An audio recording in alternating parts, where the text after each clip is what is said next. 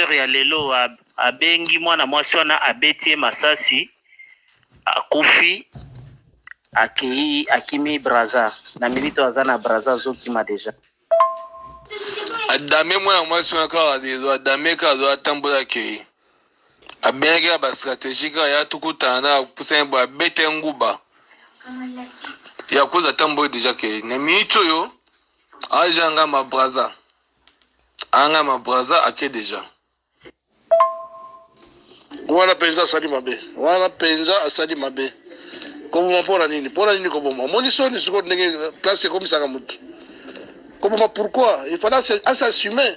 parce que pour mwana mwasi wana publier baimage wana il y a eu quelque chose oyo bayokanaki oyo asepelisi mwana mwasi wana yango apublier yango il fallait s'assumer il fallait vraiment s'assumer koboma mpona nini otambola na makila ya motu na motu bakozwa ye kaka makila ya motu ezaka makila ya motu wana soki asali yango vraiment asali buzoba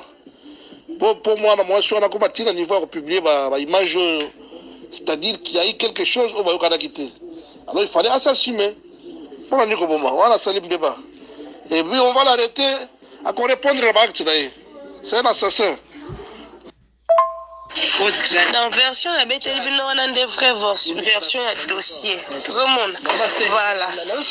version ya dossier yango wana colonel moto abomi ye parce que bapiblie banidité na ye mpo na ye na moto akanisi mwana mwasi wana moto apiblie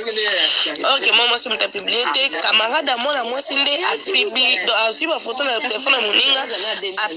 apiblie